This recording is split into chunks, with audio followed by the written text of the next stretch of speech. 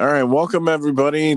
Welcome to the Wrestling with the Willeys podcast. I'm joined with Jeremy and Joe again this week, which is cool. We're talking about Money in the Bank. We were going to talk about Eva Marie again, and we had to push it back again because scheduling stuff, like always, ends up happening. Where it's just like, oh yeah, we were going to do it last week, and then, of course, other stuff happened. It was mostly we were like, oh, yeah, Money in the Bank's happening. So we just figured we'd wait. So, believe me, it's coming.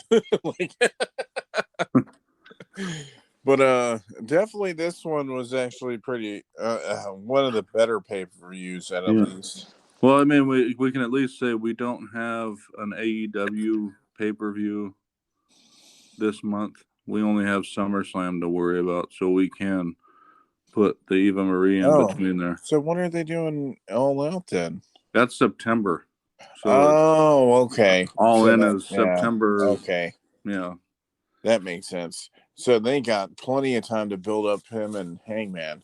But that would be like a whole nother story. But what's it called? So I might as well just mention the tag team match where the Usos won the title belt. Or the title belts from Ray and Dominic, which it seems kind of stupid.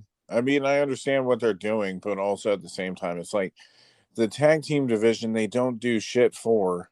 And it's stupid how, like, Jimmy just got into another damn DUI, and then they're like, hey, we're going to reward you with the title belt. I think we've talked about this several times. It's the second time they've done it. Yeah, right. It's the second DUI, and the second time they're like, DUI? Tag team champions. Yeah. Yeah. Because if it was literally anybody else, right? If it would have been fucking Nikki Cross or literally anybody else, like shit, they dropped the title off of RVD just for smoking weed and getting pulled over. Like, granted, he had the top belt at the time, but come on, man. And you're telling me that you got to give him the belt? It's just fucking stupid. I know that they're trying to build up more stuff with the Usos and Roman and stuff, but come on, man. And if you're going to do something where you're going to call them the Bloodline now, or, well, I think they were called like that before, like when they were still, like when they were a face group, but they didn't like outright have like video packages and all that stuff. But all I'm saying is it must be nice to be related to The Rock. Yeah, you're fucking telling me. If it was literally anybody else, they would have fucking been packing. They would have dropped them so damn fucking far down the damn card already, and it wouldn't have been a mention on the freaking like SmackDown. Oh, look at you being a dumbass, you know? It's like fuck. You are a person that's like in the news and shit, and then you don't even like. I'm not even shitting on the booze part. You could drink all you want. Generally, hopefully, you're not trying to drink till you die or whatever, or you're hiding your issues. Well, shit, Jimmy was really close. I mean, when you look at his blood alcohol level, it was like 0.2. Well, something. Yeah, that's what I'm saying. Like, I think it's like 2. It's like a little bit higher than 2. 3 times the legal limit, or real close. Like to I think 3 times. the alcohol poisoning is up in the 3 point whatever range. I think. I only know this because of TV. I used to watch something. I think it was in the 3 range, but I could be wrong. But like, Joe must be looking it up or something. Yeah, something like that. You could always hear the clickety clacks on his keyboard. Yeah, my cheap keyboard. Yeah, but like, what's it called? So, but yeah, just knowing that he didn't take an Uber home, like you're somewhat celebrities. I don't think that wrestlers are on the same level as like actors and actresses and stuff. I mean, other than The Rock and John Cena now, but like it's like you got to be held to a certain standard, and you just driving home is just ridiculous, especially at that, like where we're in the day and age where you could just drive home, or you could literally get your wife to take you home. Right. Yeah, it's not like she doesn't live in Pensacola either. And Nothing I Yeah, and I gotta fucking mention all the fucking people that are shitting on Naomi for Jimmy's decision should just shut up. Like, just sit down. Nobody needs to attack somebody else for their their significant other's decision. Just pointing it out. It doesn't matter. Just drop it. Like, don't even mention it. It's not like because it's not part of the conversation. She can't be supporting it. I mean, she's probably got to be pissed at him. Well, I mean, you don't know if like the main reason why I was drinking was because they had an argument or some shit. You don't know like the story, so don't judge. A lot of people. I mean, wasn't there rumors they were divorcing a couple years ago, and then they decided? I mean, that's what I'm saying. I mean, it's possible, but like also at the same time, like I think that they should be having their privacy and they shouldn't have it come out like nowhere. I think they should just be like in their own little world. I think everybody should be able to. And just so I know I kind of went off on a tangent, but I just felt like knowing that it was a recent thing, it needed to be mentioned. So it happened it happened like right before the paper. Yeah, it like happened a couple like weeks a week before ago or something like that. A week or two. Because I think when we were thinking about doing the podcast is when they came out and said that he was when they said that he got arrested again. I was just like, dude, you should know better. Like one time, but I mean, I've known way too many people in this city where like one time I talked to somebody, they had like 10 damn DUIs. It's like, how do you still have your license? Like, I'm surprised if they do, because cops exactly. don't. I knew people who lost their license from driving drunk. Well, I don't think they ever got it back. Well, it depends on if you do the hardship license and a bunch of other steps. If you do all the steps, then you could possibly still have your license, but also at the same time, it depends on the circumstance. No, I don't think this Joker ever got it back. I'm sidetracking like severely bad. But anyway, like the matches, we didn't watch the tag team match. We saw the highlight like usual. Never really watched a kickoff show. At one point, we were talking about that we thought that Bianca Belair did something with Carmella. Turns out that they just completely took her off the card. And heart goes out to Bayley. I think this is her first injury, second injury, because one, she hurt her shoulder or something, right, a while back. Yeah, I guess they did that match on SmackDown. Yeah, they did the SmackDown before the pay-per-view. Which is still weird how they put her face on the promo thing and everything. But yeah, but I honestly like this Money in the Bank because I've always been the person where I think the main thing about the Money in the Bank match is should go to people that are up and coming, like you're trying to introduce them. Because I mean, especially if you're a heel, it's like if MJF went to WWE or something, and then he was in the Money in the Bank match. Easy way for him to get heel heat is by him winning and then immediately cashing in on like whoever he went against, right? And then even then, knowing that he did it as a cheat way, it could still give him an out for like if he loses to the same guy the next month, right? Yeah. At the next pay-per-view. So like, and it's like kind of a tryout. That's what it seems like to me. They're putting their faith into this person. So that's why they picked you. And then it's your time to run with the ball and see if you can end up doing well with it. So I like how, in this one, we'll talk about the men's match later, but at least the people that I think should have won. Like, I mean, I would have liked Alexa to win the Money in the Bank match, but she's already won it already. So I'm fine with her not winning it. We talked about, she's one of those that doesn't need, and we'll talk about it during the men's match too, but she's one of those that can get a title shot without winning Money in the Bank. Yeah. I think Nikki and Liv Morgan and Zelina Vega probably are the ones that they're not going to get one unless they win this match. Yeah. Pretty much. And that's mostly what I think that should happen. I think it should be for the people where you don't think it. It's like Otis with last year. I mean, granted, it's kind of annoying that they dropped it on They him and fucked then that up. I yeah, don't know what Yeah. they the fucked did it up that and then for. gave it to the Miz or whatever. That was like dropping the ball. It's like you changing your fucking mind halfway into it. At least you could have at least had him fucking fail. Like that's when Tucker turned on him, right? Yeah, they He could have had came it where out to Tuck. do shit, and then Tucker turns on him, and he's like, "You're not getting the belt before me."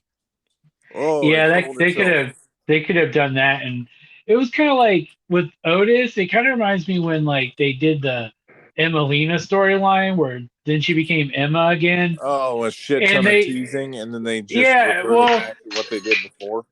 they did that, and then they had this perfect storyline because then they released Emma like right after that to Neil Dashwood, but they could have built a storyline where she was trying to get Dana Brooke back under her wing as her servant, and Dana Brooke had spent this whole time building up herself character wise, and this perfect story, just like they could have done something with Otis, and then they just shit all over it, and they're like, well, we're gonna release it to Neil. It's like you Yeah, had the perfect storyline, but y'all shit on it and blew it. I think sometimes they just don't have full faith into certain things. Like that's the main thing, is that they sit there and they're like, "Oh, it would be funny if he accidentally got it," and then they didn't know where to lead to after that. Yeah, I thought Which is kind of understanding about the situation, but that's what I'm saying. At least with this one, it went to deserving people. Like Nikki Cross, I definitely like her better with her other gimmick, with her sanity gimmick, which we talked about. But I could tell why they're doing this one with her. It works with her character, especially at this moment. And especially it could lead to like hopefully something happens with Charlotte where like I could see that Nikki Cross is gonna go against her again and probably at the pay-per-view lose the damn title to Charlotte again. But it would be nice if like it was like a feud with her and Alexa, like going back and forth. Well, I was gonna say that because I think that's the whole reason she's got this gimmick. Yeah. well, because they said Because that she doesn't have superpowers, and that's kind of saying Alexa Bliss does. Yeah. So it's basically the counter argument to Alexa Bliss right now. To me, that's what I see, anyways. Yeah. And that she's almost a superhero, meaning she doesn't have the powers that Alexa does. Well, they said that the PW Insider was reporting that Nikki Cross got the title as a thank you because, for one, she's the one who came up with the superhero gimmick. That was all her. She pushed for it, and so they like it because of the fact that they could use it to promote her to kids, plus merchandise opportunities. Of course. And well, of course, merchandise. I mean, they just released a damn new shirt for Braun Strowman, who's been gone for like a month. So what? They came out with a Braun Strowman shirt after he was released? yeah, after he How was is that released. even a thing? How is that even a thing? But like Yeah. I saw like there's my God, it probably triggers a lot of women out there. But John Morrison's one. Somebody already bought one thing that I was talking to. It's called America's Moist Wanted for the Johnny Drip Drip thing. It's like the picture of the dripstick. And I was like, oh my God, that's going to trigger so many women. They're like, oh my God, I hate that word. I can already tell that it's going to happen. But it's still a pretty funny t-shirt, though. The thing I don't get about the Money in the Bank is they keep adding all these main eventers to it. And the two people who probably could have used to be in the Money in the Bank last night or Sunday night for the men, John Morrison and Big E. Probably because Seth Rollins didn't need to be in it. Kevin Owens, Kevin Owens, those two, but he didn't need to be in it. But I will be honest with you, if any main eventer would have won Money in the Bank, I would have wanted Kevin Owens because I like Kevin Owens. I think it'd be a good piece for him. But the right person won in that match too.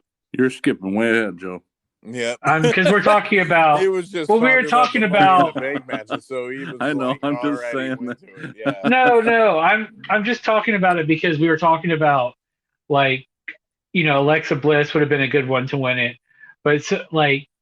See, But like the main person that I would have wanted to see like win it, because mostly I agree with Nikki Cross winning it. I definitely think I'm okay with Nikki winning it. I think Liv Morgan should have been the one really that should have won it because especially with the story that they were telling. The build up to Money in the Bank with her, because she had to fight so hard to get in it, and she ended up replacing Carmella, who replaced Bayley. So it's like she fought so hard to get in it. It would have been it would have been nice if they would have gave it to her. Yeah, but Nikki's another one that was fine for me.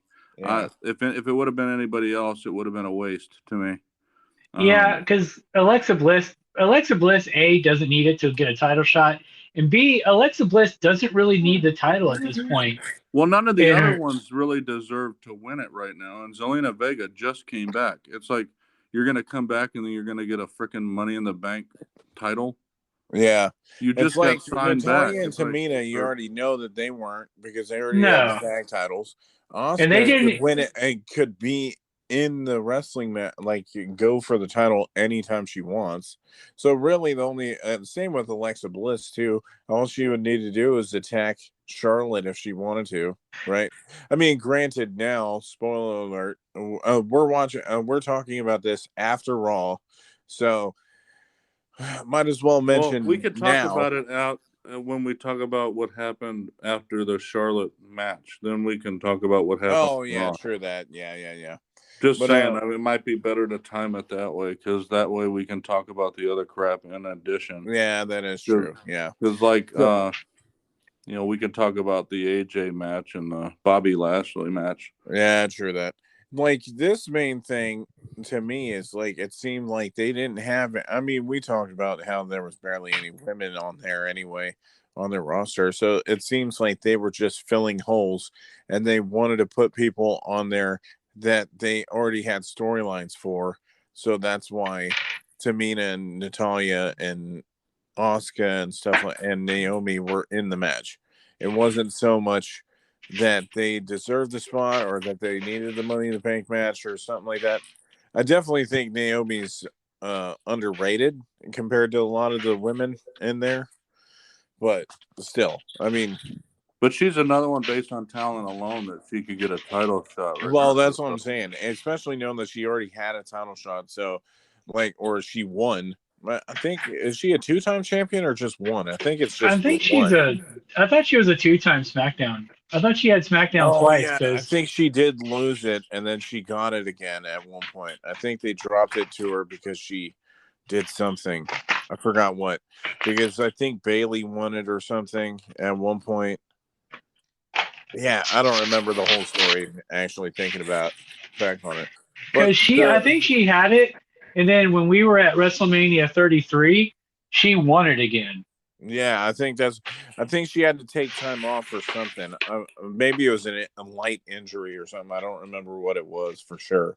But anyway, might as well move on to I can't say that it's a piss break match because the match was good, but like, to a degree, almost sucks so bad, and you could tell. Joe, are you moving your ear pit? Are you still? Yeah. No, I change positions in my chair a lot because of my foot. I gotta keep pressure off of it. It's so weird how crunchy it is whenever you move in the chair. It's an old chair. I guess so, because every time it makes a ton of noise. Yeah, I have to, because I have to keep pressure off my foot still, even though it's pretty much healed. So I have to move around a lot, and then I bump things because there's not a lot of room in here.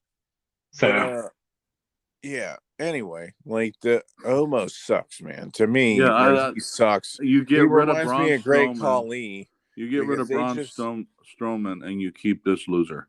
Then you don't do anything with the Viking Raiders. Viking Raiders were better when they were War Machine. Anybody that listens to the podcast, if you know of War Machine, they were who the Viking Raiders are now. They used to be Raymond Rowe and Hanson, and their whole gimmick was pretty much they did the same kind of thing, just not the hey, I want to eat a turkey leg and throw hatchets around with the Street Profits. It was mostly they would just come out and kick the ass of just any tag team. They did great matches with, I think it was when it was before Undisputed Era was going on. They had what's it called? It was Kyle O'Reilly and maybe Adam Cole. Either that or no, it was Red Dragon, which is Bobby Fish and Kyle O'Reilly when they were a team. They went against them and they did great matches. So seeing this one, I commented like 3 times where I thought this match was going way longer than it was, and I'm looking at the time and it was less than 13 minutes. I was like, how the fuck was this this match so damn? And to me, it was boring just because AJ had to carry most of the match with the Viking Raiders. Yeah, I was just going to say the same thing. That's what happened is AJ carried that match, and then Omos comes in and does like 2 moves. Yeah, he did Yeah. He did pretty much Eric Redbeards, or otherwise known as Rowan. He did his double-handed choke slam, right? He did his double-handed choke slam, and then that's pretty much like, I mean, that's the main one that I remember. Oh yeah, he did a fucking regular-ass slam on Hansen, I think. He did the bare minimum when it came to the matches, and that's the one thing I hate about most of the big men that they have in WWE. They have them do like 5 moves. And then they're like, hey, but I'm big. I don't need to fucking do all this shit. That's one reason why I loved Braun Strowman so much, is that he was an energetic big man. Yeah, because they had, especially now, when he wrestles long matches. Shit. It's not like Brock Lesnar or any of these other jokers. He would wrestle 20-minute matches or 15, 20-minute matches. Yeah, Braun Strowman, because Braun Strowman, I think they had him work with the Big Show. Was it the Big Show for Braun Strowman? This was a while ago. When they were trying to build up his character. I think that was around the time when he was doing stuff with Roman, where he said to get these hands and all that stuff. That's why I'm saying, like, and it sucks for me when I see Viking Raiders because I love them as War Machine, and they just ruined them on WWE because they made them hokey. And then they lost, right? And I figured that they were going to lose to them anyway because I think they just recently returned again because I think it was Hansen that was out with an injury. And actually, I think they both came back from an injury because Rowe, I think, got or Ivar. No, Eric's Rowe, I think, right? I don't know. I didn't watch him in NXT, so I don't know what their different ring names were. Eric was getting his shoulder done, and I forgot what Ivar was getting done. Like I think he was the one who mainly was the main one that got injured. But then Eric was like, I might as well get. I think he got like bone spurs out of his shoulder or something like that. It was like, yeah. It was something small. I know that. I don't remember for sure, but I just remember like when they were sidelined, he was showing like because he's married to Sarah Logan, so he was showing like a picture where he was getting surgery done. So, but like they just made him so hokey, man. It's just like, well, yeah, the whole angle with the Street Profits was dumb. Yeah, and it kind of brought them down a peg. It's like what I was talking about with Braun when he was in WWE. You go and you have him lift semi-trucks and ambulances and destroy cars, like ripping their doors off and shit, but then you can't beat a little guy. Brock Lesnar. Yeah. He couldn't beat Brock Lesnar. But I think he lost. And then he lost to Roman, if he gets too. ganged up on by 3 little guys, he can't beat them. But there's another match where he takes on a tag team with a 10-year-old. Yeah. And squashes them. Yeah. So that's why, I mean, I'm like, they were so, like, wishy-washy with his character that it's like, you can't believe it at any point. Trying to protect it too much. And that's how Fiend is, too. they make great characters, or at least some of the wrestlers probably do. They probably like have some insight on what they were going to do, but they do great characters and then they ruin them with this fucking booking that they do, where it's just like either 50-50 booking where they don't want to hurt either character. Yeah, so they cause DQs. Yeah, they cause DQs or they something. end up, Yeah. oh, 8 people get on Braun Strowman, but then that's it. Or let's say about the Alexa Bliss thing, where they put like 12 damn ladders on her. Yeah, they gave her And then that she was treatment out in the that rest of the match. Yeah. I mean, It's like, that's the out. You know, it's like the same thing with Royal Rumble, where like she was starting to transform and then they threw her over the ropes.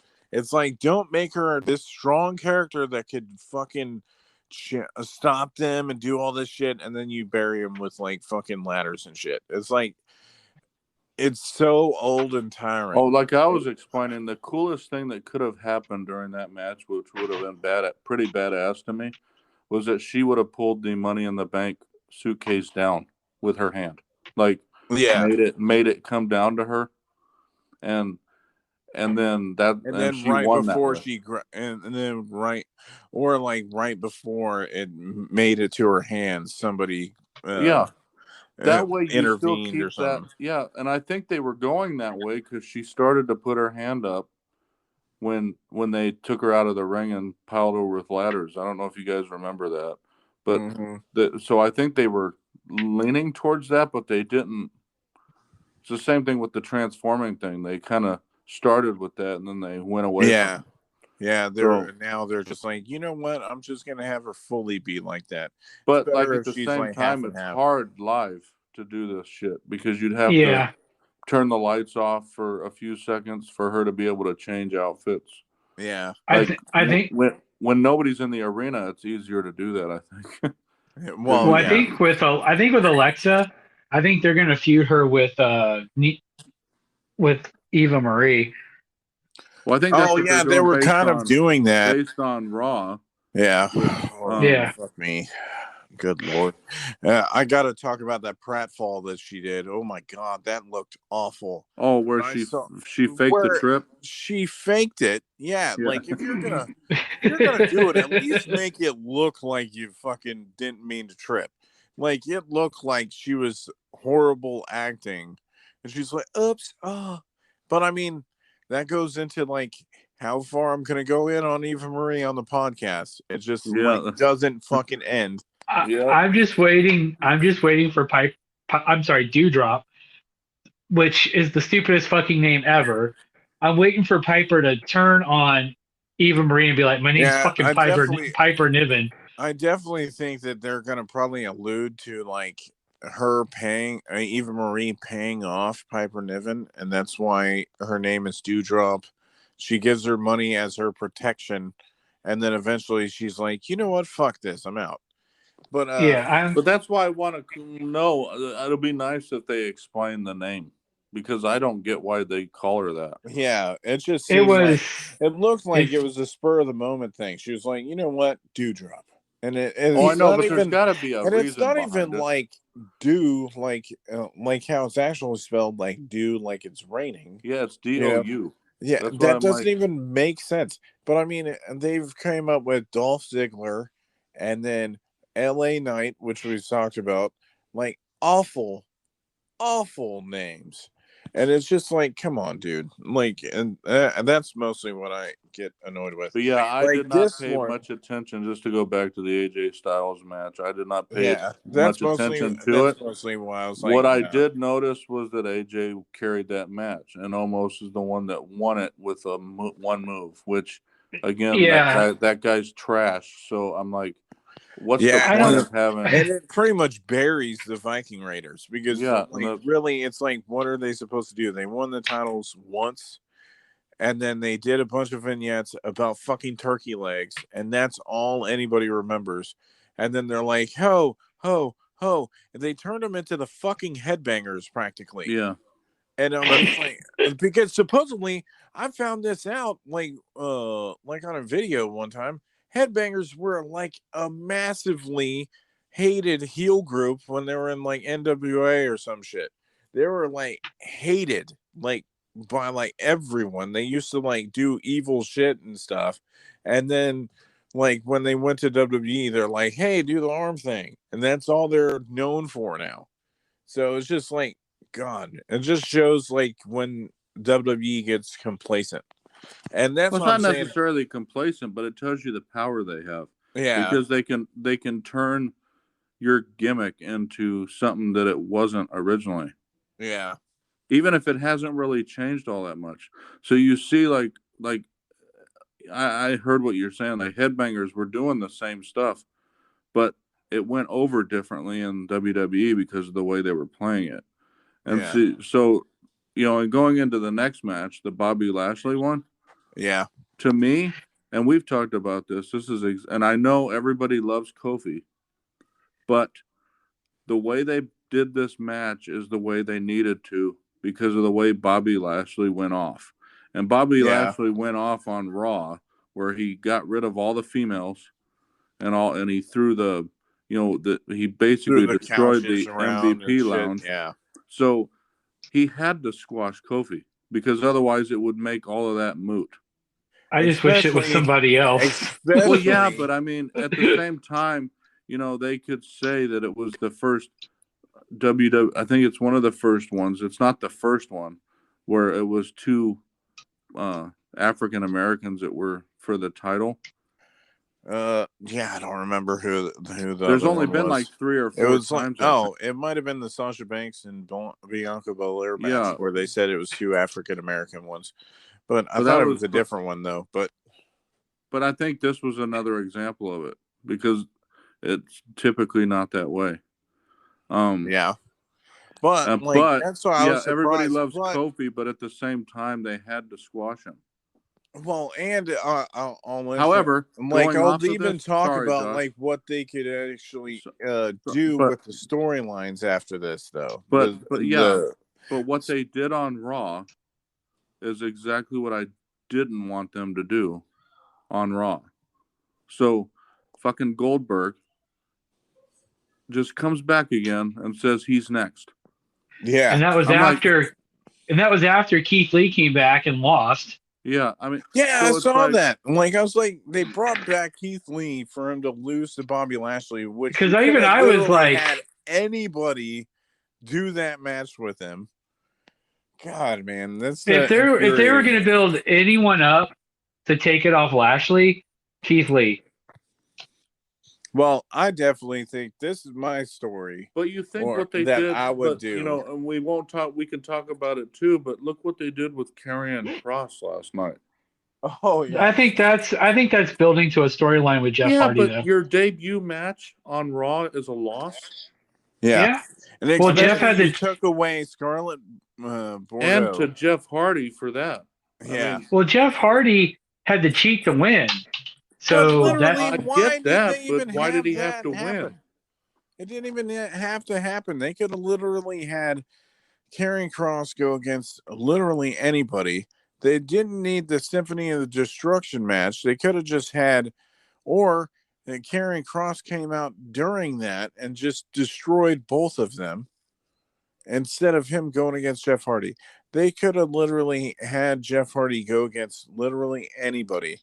He could have done a match with Sheamus and cheated to win against Sheamus. The interesting part, though, is it seems like they're starting to do exactly what I was talking about, though, that they needed to do to compete with AEW right now. Oh, like remember I started talking about NXT where they go on every freaking show? Like, the NXT people are showing up on Raw, and then John Cena's kind of a free agent, so he's going to show up wherever the hell he wants. And it's like, so he's not tagged to a brand, so he kicked off Raw last night, right? But he's not like specific to SmackDown or Raw. His new contract doesn't specify that. So yeah. So it's like this is that stuff that I said that WWE should be doing, where there's not really a brand, because it's like the same thing with when we talk about later, like with who won the Money in the Bank matches. They can go after anybody. And so it allows them to go on any show. Like, see, we talk about Nikki Cross winning. The one thing, and we'll talk about it later, after we talk about the next match, but it's the same thing with who wins the men's matches. That to me, they should be able to cash it in on anyone. Yeah, that's so why you I could thought it show was up on funny NXT when and cash it in on Karrion Kross, and then you're the champ on NXT, or you want to cash it in on Roman, or cash it in on Bobby. I mean, that's why I what thought I it was also funny how Riddle was saying that he would cash it in for the tag titles. But they would. But they wouldn't let. Said that. Yeah, but they wouldn't let Otis do that last year, and that would have been perfect use for Otis and Tucker to win the tag titles with it. I agree. That's why I'm but saying. There's nothing just saying they can't change that, right? I think that would cause more, like, where you don't know what the hell's going to happen on a week-to-week basis. Yeah, you don't know what title that they're going to go for. That's how it used to be. I remember, like, when the Attitude Era was going on, and I think they're starting to move away from.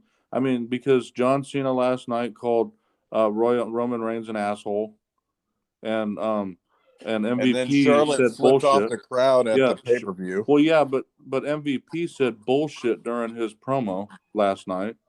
Wow. Yeah, so that's why I'm saying so they're starting to do all that stuff. I think that I was saying they need to do to compete.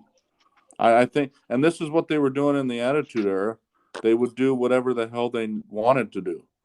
Like they set up a match on frickin' Raw that you didn't know about, and they'd have a title change at a house show, and shit like that. So it's like they would drop it right back on Raw or something. Yeah. Well, Kevin Nash was even talking about that during his Broken Skull sessions. That he won it. He won it at MSG.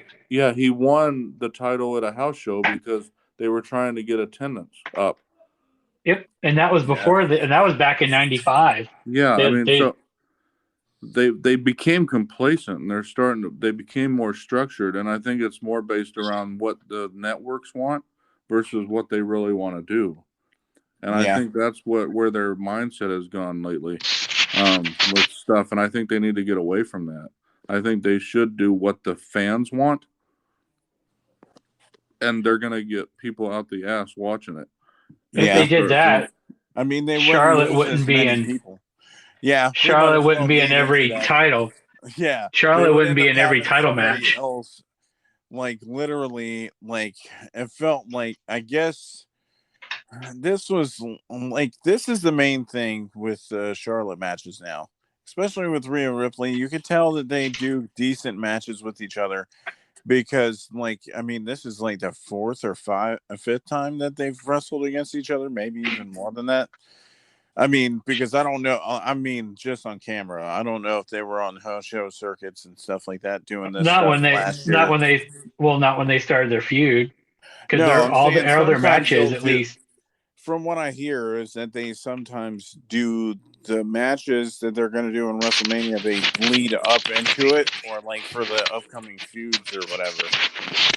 So yeah, but they couldn't do house shows during their feud because it was during the pandemic. Well, that's what I'm saying. I don't know for sure. I don't know. Because they would do it leading up to it. But I think that's part of the reason they weren't doing a whole hell of a lot. I honestly think that's what they became complacent because they weren't doing live shows. With people at the arena now trying to save money too. It seems like now they can't fake the reactions. So like the live crowd will tell you what they really think. They can't just act like they're cheering them. And we definitely thought that they were just cheering anybody. Because they were happy to be back. That's a natural reaction, though, right? They can't fake it. But when it was the Thunderdome, they could pipe that in. They can still pipe it in, but they can't cover up everything. Yeah. Well, that being said, that Charlotte was getting cheered and booed at the pay-per-view. Well, that's what I'm saying. And then Monday Night at Raw, just to cheer them. I think Monday Night at Raw, she was getting more boos than cheers when she came out to do her promo. Yeah. Well, yeah, because she won again. Yeah, we'll get to that one. Well, at a pay-per-view, she wins most of the time. So if she's at a pay-per-view, she's going to win the match. I could see that happening because knowing that we're mentioning this, how Charlotte beat Rhea Ripley, I mean, technically, they did it where, like, oh, she hurt her knee, and then she put her in the figure eight, like, for, like, 10 minutes or whatever. What kills me, sorry, I know we talked about Charlotte Flair winning, which I don't necessarily want to talk about that for that long because I think it's stupid. However, what I think they should have done is what they did on Raw the next night. They should have done it last night. Oh, yeah, she should have cashed it in immediately. Yeah, Rhea should have responded to Charlotte Flair after winning and beat the hell out of her. And then Nikki A.S.H, or whatever you want to call her, cashed in that night. And then she went away with the title. And then she came out and cut a promo on Raw last night. That's what should have happened. Yeah. But instead, they had Charlotte win and show that she won again, at a pay-per-view, and then give her the ability to cut a promo on Raw where they have a rematch. And then at the rematch, what happens during the rematch is what should have happened last night. Yeah. At the pay-per-view. So that's where I think it's kind of stupid. The thing that make people, like, just said that, like, people don't like me because I'm a woman and I want these opportunities. No one's saying that she's a terrible. No one's saying that you're a terrible wrestler. Everyone acknowledges that you do have skills. People are tired of seeing. It's because you're a 13-time champion, and people like Nikki Cross has won it once. Naomi has won it once. Bailey's won it I think 2 or 3 times. Sasha, like the only person close to like having the belt is Sasha Banks. And I think Sasha, like 8 times or something. But her reigns are like 1 day. Well, that's what I'm saying. Most of them. That's the reason why she's getting the hate that she's getting is because, like, she gets everything handed to her. And this was another example. That's why I say that she's a female version of Roman. Yeah, this is another example, though. She won it and a day later lost. How can you say you're an 11-time champ when you last a day? She lost 3 of her title reigns. They took out her 2 NXT title reigns. They did away with those. And they got rid of another one of her title reigns because she was supposed to be a 14-timer. And now she's an 11-timer. Yeah, because that's like a WWE thing, I guess. They disqualified like 3 of her reigns. Which that's kind of weird. Because, I mean, I saw something where it was talking about that she was like 13-time or whatever. But still, that's they took away, like, they're not counting her NXT reigns, I don't think. Yeah, and then she was a 2-time NXT, but there was something else that they took away, but I can't remember what the article said. Well, I think the other one's tag team belt, isn't it? Maybe, yeah. The thing that gets me aggravated about Charlotte is I think she's good in the ring. I'm just tired of seeing her in the hunt for the title. Like, there's all these other women, and they don't do anything with them. Well, that was the example I was talking about with Zelina Vega. They do the stuff with Charlotte Flair that they don't do with other people. Zelina Vega returns after she hasn't been around a long time, and all she does is she's in a match. Charlotte Flair goes out because she gets surgery done and comes back and she gets a title shot. Yeah. Elective surgery. Yeah. She had elective surgery. I know, but she comes back and she has an automatic title match. Doesn't have to earn shit. It's the same thing with Goldberg and these other jokers. Really, Goldberg comes back last night and he's next? I'm like, I think you have to earn that shit, dude. Yeah, it was kind of like John Cena comes back. It's kind of like John going against Roman. It's kind of like John Cena. Seth Rollins does this whole thing on the pay-per-view. He's like, I'm next, and then Monday night, John Cena,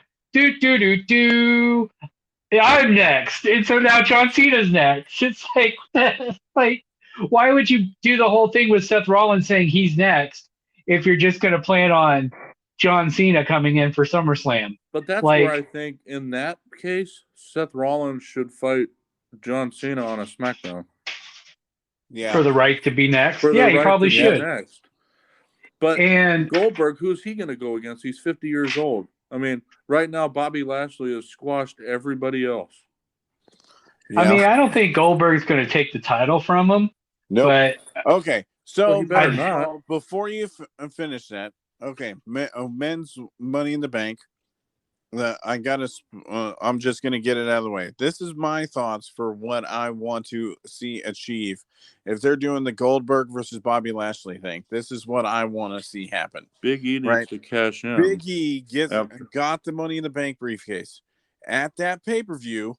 There's a hard-fought match between them both, but Goldberg loses. Then you hear Big E's music drop.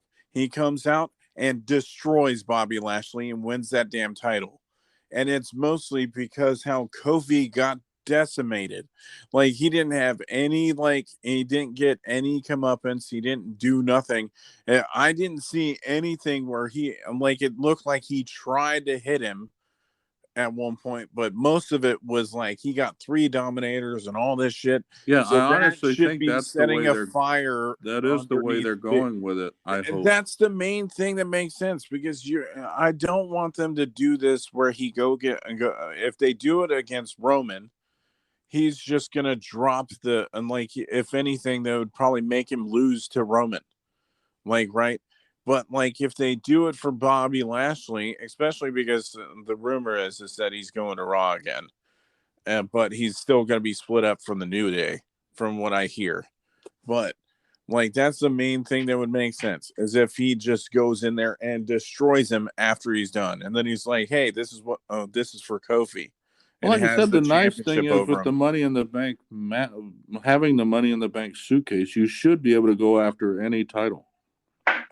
Yeah, it shouldn't be held to the brand, whatever brand you're on. Yeah, like if you got that one suitcase, it was a men's versus women's, so it's not, or a men's and a women's, so you should be able to go after any title. Yeah, because technically, if it was that case, then it would have to be like an NXT men's and blah blah blah.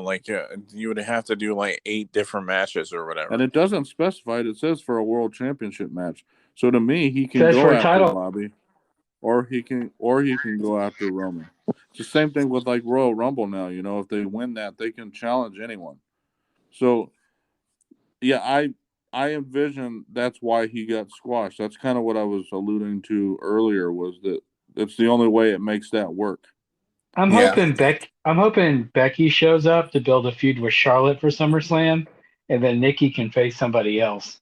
Well, I definitely think that if Charlotte would have came out, if something would have happened with Becky, it was so funny too. She dropped out a tweet and she was like, "It's so funny how I'm sitting here breastfeeding and I'm still more over than you are," talking about Charlotte. Yeah, because Charlotte, because I sent y'all that tweet, because Charlotte was like, Becky's at home breastfeeding her baby or whatever she said, words to the effect.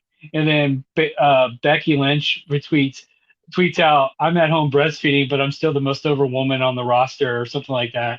And it's true, because the crowds were chanting for Becky. They wanted to see Becky. They wanted to see her come out during. That's why Charlotte responded with that, though, because they were cheering for Becky. So she made the heel statement. But the biggest thing to me is I hate Charlotte's promos. I've said this before, that she talks so damn slow. It's like when I am a 14 or 11 time champion. Yeah, especially when she's like, "Woo!" Yeah, she does everything slow, and it drives me nuts. It's like, most people, when they cut a promo or when they talk at a reasonable speed. I notice with her, every time she talks, it's like a slower promo. Like a slower cadence, when she talks slower.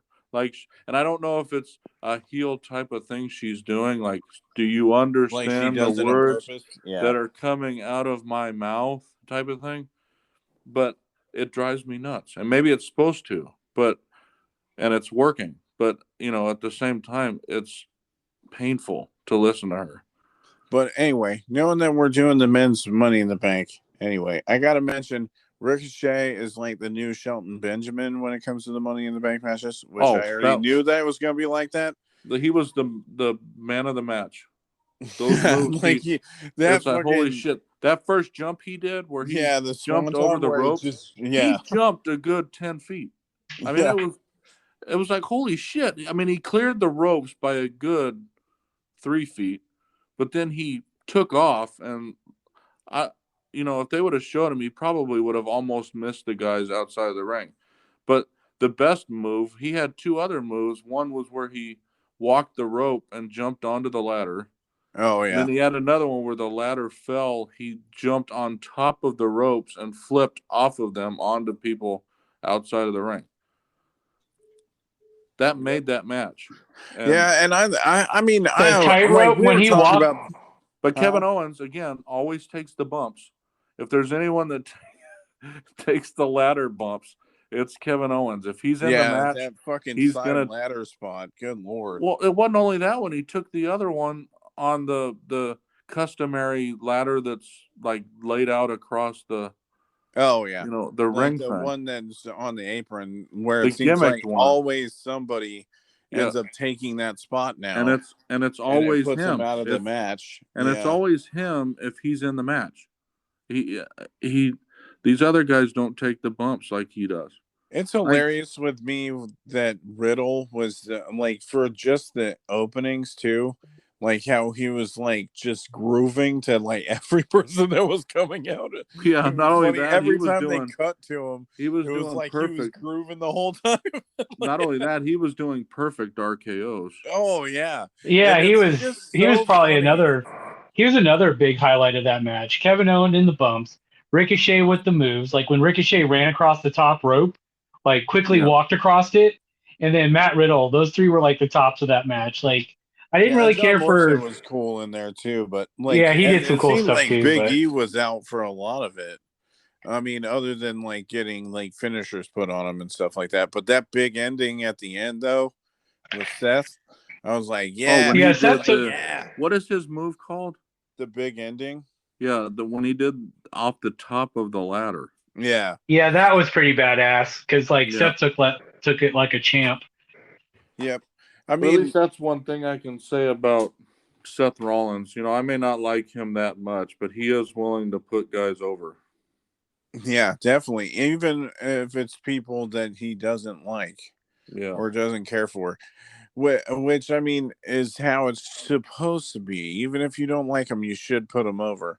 Like, at least, even if they're dicks. But and I honestly think everybody on their roster is willing to do that, except for Brock when he was actually on the roster. I think he wouldn't be willing to put anyone over. Yeah, I think the only people that, I mean, like, he got complacent and he was fine, but, like, I think a lot of it's, like, he thought he was more of a bigger name than all the other dudes, so he's like, unless he actually liked wrestling with the other dudes or he was impressed with them, he wouldn't fucking try to do a bunch of shit. Yeah, because he had a good match with AJ Styles and a good match with Randy Orton, but then when Bryan, but also at the same time, I would have much rather seen him lose because I mean, he didn't need to have the damn belt. I mean, honestly, most of the other dudes deserve the belt.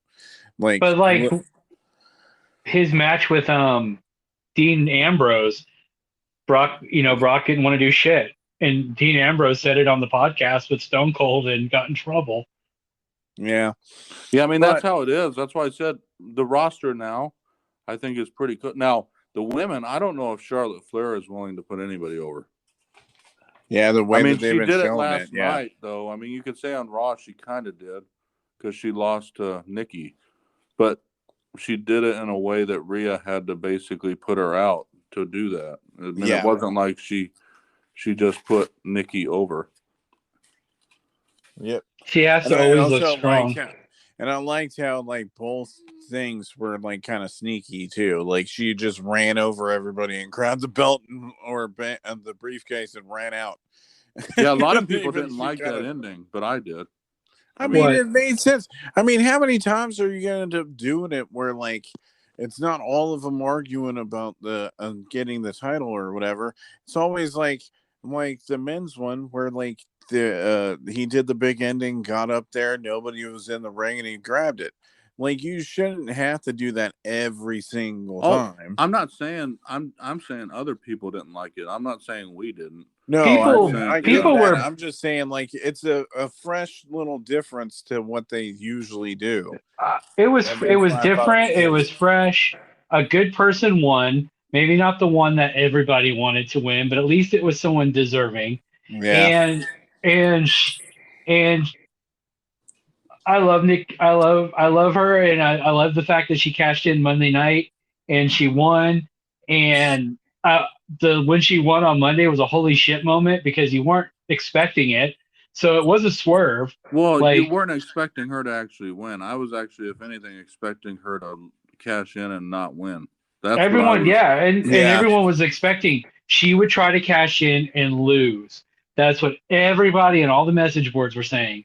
And I'm like, man, I hope not. And then I read the article about them saying that the upper management's like really happy with Nikki Cross right now because of everything that she's been doing and how her character's outside the box and how she fought for it, how she's inputting her ideas. Because I think what got Peyton Royce released, and I feel bad for Peyton Royce because I liked Peyton Royce. I think that her saying that she's boring. That she did, and when she did that final promo where she was like, I think I deserve to be here and did all that stuff, where she was kind of like saying that she needed to be higher on the roster.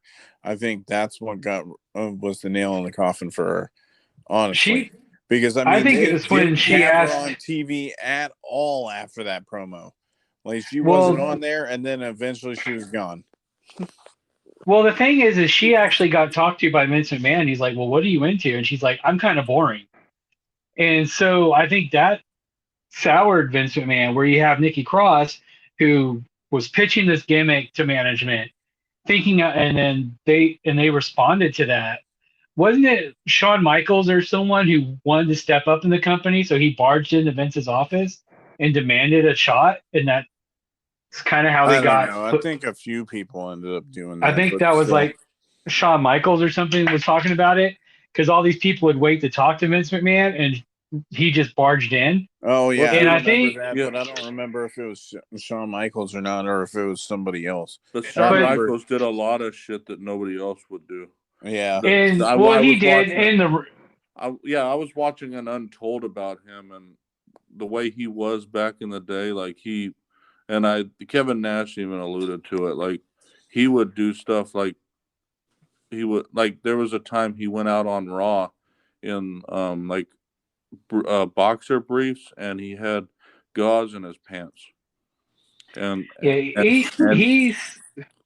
he went. So you guys probably remember when he did it. They were like black boxer briefs, and he went out to the ring and he started saying shit. Well, that wasn't. That was like a thing he did without permission. I think he did that a lot. But because he did that, it got him things that nobody else got. I think that it feels like Vince responds more to it's better to apologize than to ask permission. Yeah, it seems like.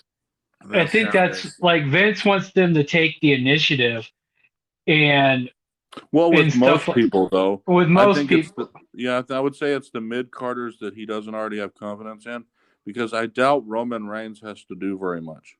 Yeah, no, Roman probably doesn't. Which we're already talking about it, and we might as well talk about that match. It was okay.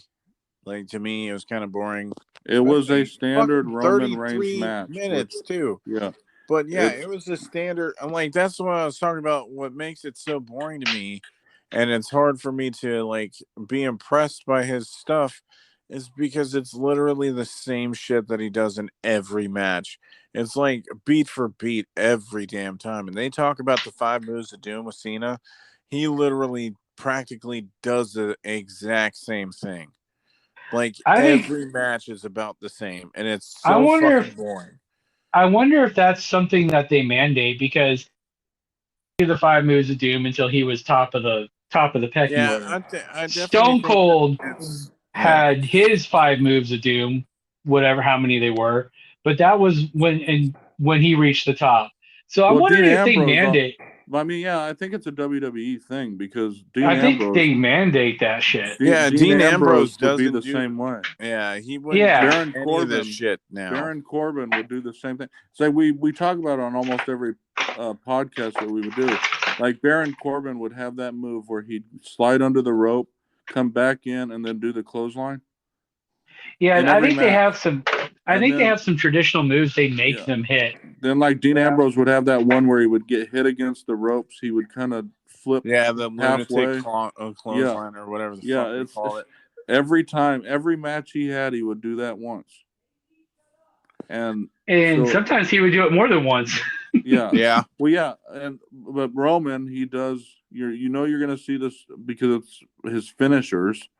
You're probably going to see a spear. You're going to see the Superman punch like 12 times. You're going to see him now. It seems like you're going to see him do a spear through the barricades in every match. Which I was just about to say. I was like, it seems like every big money match he's done it at least once. I mean, so it's like there's certain things he does in every match you're going to see. And if he doesn't do that, the match isn't over yet. Yeah. And that's what I'm saying. This is cookie cutter. And then they even did the thing, which I figured that they were going to allude to, was the chair thing with the submission.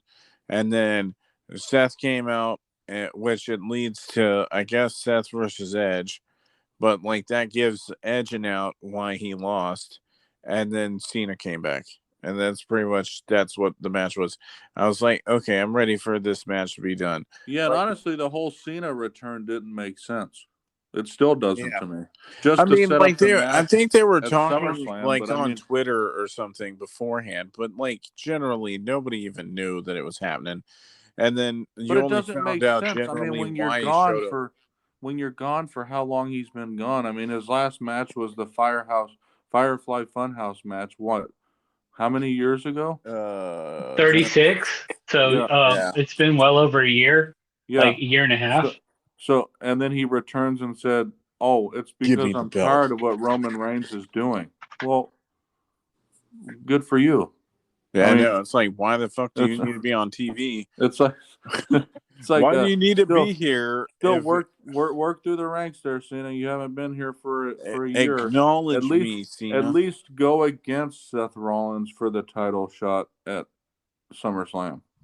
Yeah. If you beat Seth Rollins, then you can have the shot. But to me, getting it automatically, and that's what I would see is that they would have a match, and Edge would cause Seth Rollins to lose it. And that's what would make the most sense is that Cena and Seth would fight for the title shot at SummerSlam, and Edge would interfere, causing Seth Rollins to lose. Then it sets up the whole thing because it all makes perfect sense. Then John Cena gets the shot that he wanted, but he earned it versus just getting it. Yeah. And Goldberg's kind of the same thing. Really? You come out and you scream, "I'm next," and you just get it? It's like, okay, yeah, all right. Yeah. I believe this, and especially knowing that in real life you got like however much for you to fucking show up for one day and then go back to obscurity again. Well, we were talking about it. How much do you think they're paying if Goldberg, Goldberg's going to wrestle at SummerSlam, how much did they pay him to do that? Well, they were paying Brock like $9 million or some shit at one point. But yet they release Braun Strowman, who wrestles all the time, for $1.5 million. Yeah. It's like, but they also said Goldberg's been under contract for a while to have at least 2 matches a year. I get that, but how much are they paying him? Those are the ones I would release. And does it have to be for the belt, though? I would release these part-time guys that are getting $3 million for fucking 2 matches. That's who I would release. Yeah. It doesn't help them in the long run trying to get more viewers and shit. Yeah, like where they're hitting rock bottom lows on Raw and shit, and they try to figure out why. You can't tell me that they're bringing in that much box office. You can't. Nope. To justify that, you're full of crap. If you're gonna justify it, it would be like having Conor McGregor or some shit show up, because it would lead to like all of his fans in the UFC, even though he's a very controversial dude. But like it's like getting other people to like watch your product, which already like to me, I don't think that any rando is gonna just sit there and fucking watch the shit just because fucking Lady Gaga's on an episode of Raw, I don't think that's going to fucking happen. And I definitely don't think that the Goldberg and fucking Brock and everything is moving the needle that much for them to be like, oh my God, like I gotta get rid of fucking a million people. Me is they couldn't get Brock. Yeah. Because I think that was the original plan, was Brock to wrestle Lashley. Yeah, but they should have done that. Bobby Lashley showed up. They didn't want him. I think the problem is with Brock is they want Brock to work some live dates, and Brock doesn't want to. And why fucking pay for him? Well, if he doesn't want to do what you want, I would never offer him another contract. Yeah, what the fuck, man? But it's like I want it. Like, but I mean, Brock does bring in ratings, though. I'm not saying how much he brings in. Well, that's what I'm saying. There's always a spike in ratings when Brock's on the show. Yeah, it's but true. Like how much? Oh shit! Like an extra, like it goes up from 1.5 million to 2 million. But that's not a whole lot. That's better than it is a lot. But when he's only on 2 episodes, what good does that do? Yeah, you need something where they get on and consistently get on for people to watch it. And nobody's going to end up coming in and watching Brock Lesnar. It's like doing a Legends night one time. It's like, oh, yeah, you're going to get a bump in ratings this time, but it's not going to steadily increase because you're not doing anything different, which is alienating the people that left in the first place. Most of the people that pretty much watch AEW at least used to watch WWE until it got fucking stale as shit. Like, it's just how it is. Like, and if I didn't do this podcast and shit, I would have probably stopped watching WWE after a while because it's fucking old as shit. Like, a lot of these matches don't trigger me. Like, I would much rather watch takeovers and stuff because, I mean, NXT is on fire and they know what the crowd is wanting, right? They know, like, I mean, granted, like, you don't know about the people that just turn on, just like they see stuff and then they're like, oh, okay, I'll just leave it on, right? It's very interesting, that creation. If you watch why NXT, so ECW was originally the NXT of WWE, but because it was ECW, it didn't work the same way. So they had the stigma that it had to be like ECW, so that's why they canned it and developed NXT instead. Because ECW was supposed to be the developmental. Yeah, and you're talking about when they remade it, right? Yeah, when Kofi and all of them were on ECW. Yeah, the best person came out of ECW was CM Punk, though. Yeah, like, well, all those guys were on the ECW, but they were like that back then. It was the NXT, but because it was ECW, it had the stigma that it had to be that hardcore shit like ECW was, so it didn't perform the way it. That's why they shouldn't have came back with an ECW, though. Well, yeah, they could have literally just did the NXT first, and then. Well, they canned that, and then. Even though the beginnings of NXT were fucking god awful too. Hey, let's do stuff that didn't even do anything to the wrestling matches. Hey, I'm gonna run around with a beer keg around the ring because that has anything to do with wrestling. And I think that's when Triple H took it over. But yeah, it was a couple of seasons later. But once they were on like Hulu and shit like that, that's when he started taking it over. Yeah. It was like after, I think it was the 3rd season, because they started stopping with all that stuff. And they were just wrestling. So with that, until we know what happens on SmackDown, you don't know what's going to happen. Like, it'll be interesting what Big E does. Yep. Because he wasn't on Raw last night. Yep. And then obviously Roman Reigns, whatever happens in that situation, we won't know until Friday. And he'll just be like, acknowledge me. Oh, yeah. Just like he said. Same shit. Well, he said that at the end of the pay-per-view, and that's when Cena showed up. So it's like, but Cena cut a promo last night. But all he said was basically he came back because Roman Reigns is an asshole. Which that really helps. Hey, it's an asshole. I'm going to get him. If that's easy to do that, okay. Oh, good Lord. But like, Sorry, if it's that was my work phone. If it's that easy to fucking get a wrestling match, I'm gonna show up in the pay-per-view and be like, "Hey, you're an asshole. Wrestle me, bitch." Yeah. Well, anyways, yeah. So, shoot, we're at an hour and 10 minutes tonight. Well, I mean, we were getting on tangents and stuff like that, so that's understandable. But I think it's possible that we're even going to talk about even longer, just because I don't know, like. I'm kind of done talking though. Yeah, I definitely agree. So at that, we might as well end the podcast. We're gonna do the Eva Marie one this time, sometime next week or something like that. So sorry about the wait, especially if you're like wondering what we were gonna shit on, like about Eva Marie's. We still have the ability. We just have more evidence now. Yeah, I know, exactly. It's just more fuel for me to bitch about. Yep. So for all that, I hope you guys enjoyed the podcast, and we will talk to you guys in the next one, hopefully in about a week. Peace out. Peace. Bye. See ya. Hello, everyone. This is Josh from the Wrestling With The Willeys podcast. I'm here to talk about Anchor. If you haven't heard about Anchor, it's the easiest way to make a podcast. And let me explain that it's free. There's creation tools that help you record and edit your podcast right from your phone or computer. Anchor will distribute your podcast for you. They go through Apple Podcasting and pretty much anywhere that sets up podcasting for you. Also, you can make your money from your podcast too.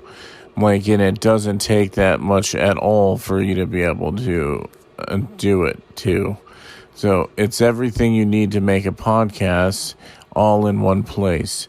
If you guys are interested, just go to the app in both the iOS and the Android store, or you could go to their website at anchor.fm. Thank you and have a good day. If you guys enjoyed this podcast, you can check out all of our social media accounts, which is The Heart of Geek, and our Twitch channel is Heart of Geek. If you guys wanted to leave any comments or questions relate towards our Facebook page, Instagram, or anything else that you could possibly leave a comment and recommend us anything else to do in the meantime. And for all of that, thank you for enjoying Wrestling with the Willeys.